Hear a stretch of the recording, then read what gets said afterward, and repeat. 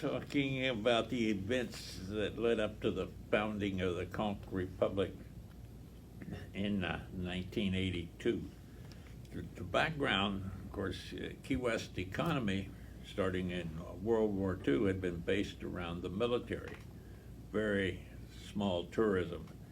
Of course, we had the years that President Truman came into the late 40s and the 50s, and then we had this normal military operations through the 50s, but then we had the Cuban Missile Crisis in '62, and after that the Navy built up more here, and by 1965 the Navy had a population of about 25,000 people here. The total population of Key West, including Stock Island, was around 50,000 people, about twice what it is today.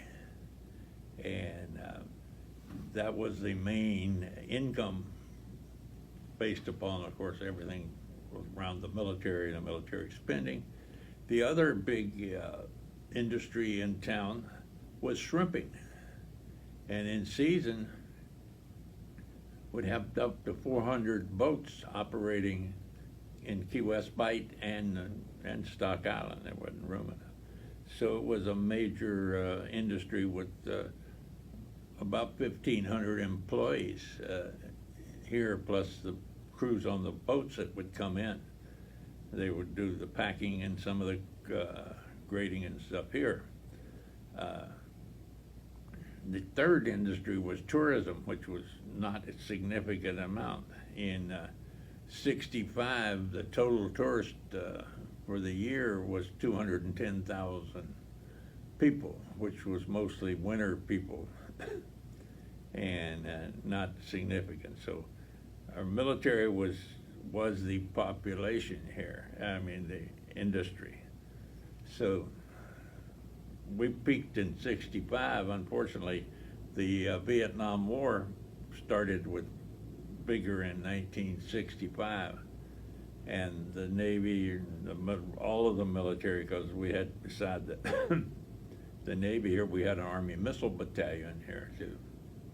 Everybody started cutting back because all the money was going to support the war in Southeast Asia. So in the '70s, late '60s and '70s, the decision was made to close the Key West Naval Station in drastic cutbacks that would be finished by the spring of 1974. When the naval station formally closed, the Naval Air Station would remain, but a number of units left the Naval Air Station. So we went from the 25,000 down to total maybe 5,000 or so at that time. So a drastic drop. And of course with that, when a lot of jobs, car dealers not selling cars, boats, grocery stores, you name it. By '74, Duval Street was pretty well abandoned. There was very few places still open for business there.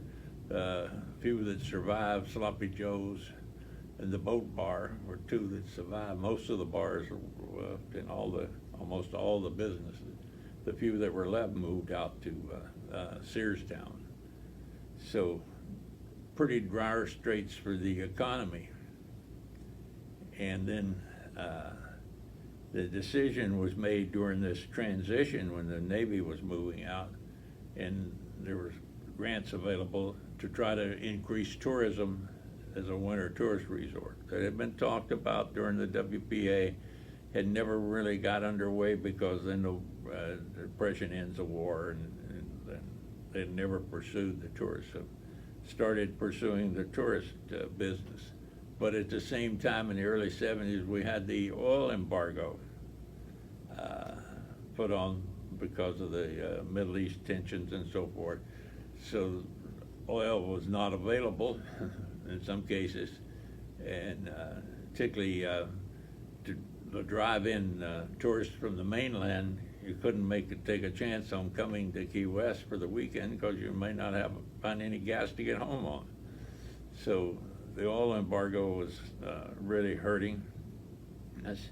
And the other thing we didn't know at the time, of course, that was the beginning end of the shrimping industry. I remember one shrimper was just telling me, he says, 1 pound of shrimp, 1 gallon of, in that case, diesel fuel is what they used in most of the boats. So when the price of diesel fuel doubled basically during that time, the price of shrimp doubled. And then the brought the pond-raised shrimp in into the economic realm, and of course eventually replaced our shrimp fleet with the pond-raised shrimp. So still working on the tourist though, there's the one place we had to go was tourism. And so in '76, during the Bicentennial, we got some money and grants, and we had a pretty good year there, and sort of mulled along, and tourism was gradually increasing in the '70s. Jimmy Buffett came along and started recording nationally, promoting Key West on all his concerts. He became better known, and a few things. I got some more articles in the travel magazines and so forth. So by the late '70s, we were based on a tourist industry, as the other things were falling off.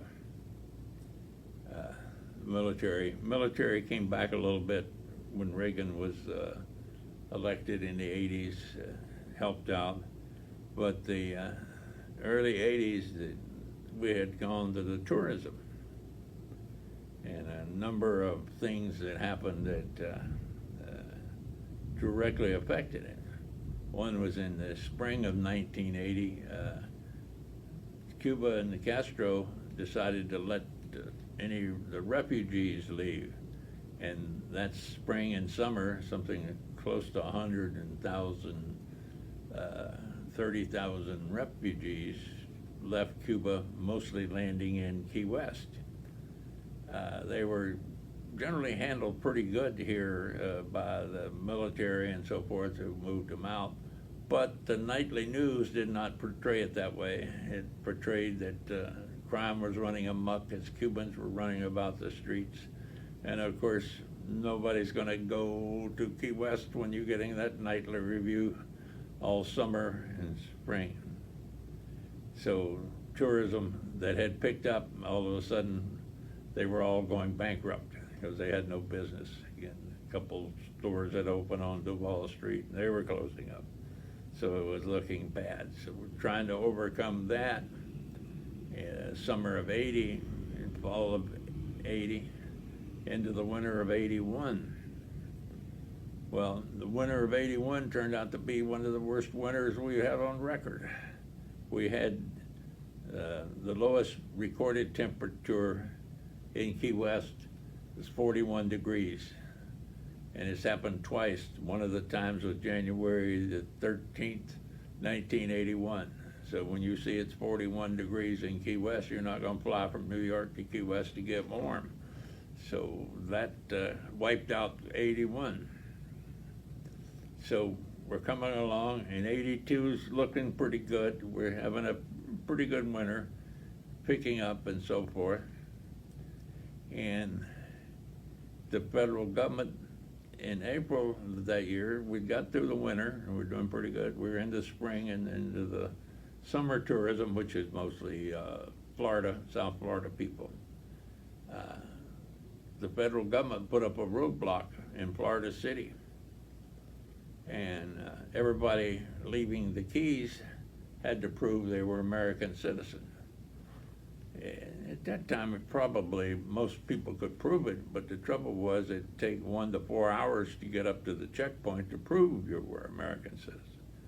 Of course, that's the reason they didn't catch many people, because you're going to set, if you're doing illegal stuff, if you're an illegal one, or carrying drugs, you're not going to wait 4 hours to get arrested. You're going to turn around and come back to Key West. But that didn't make sense. So their claim to fame was they actually caught one Canadian who'd overstayed his visa, And he sort of thought he was exempt because he was writing for newspapers and working.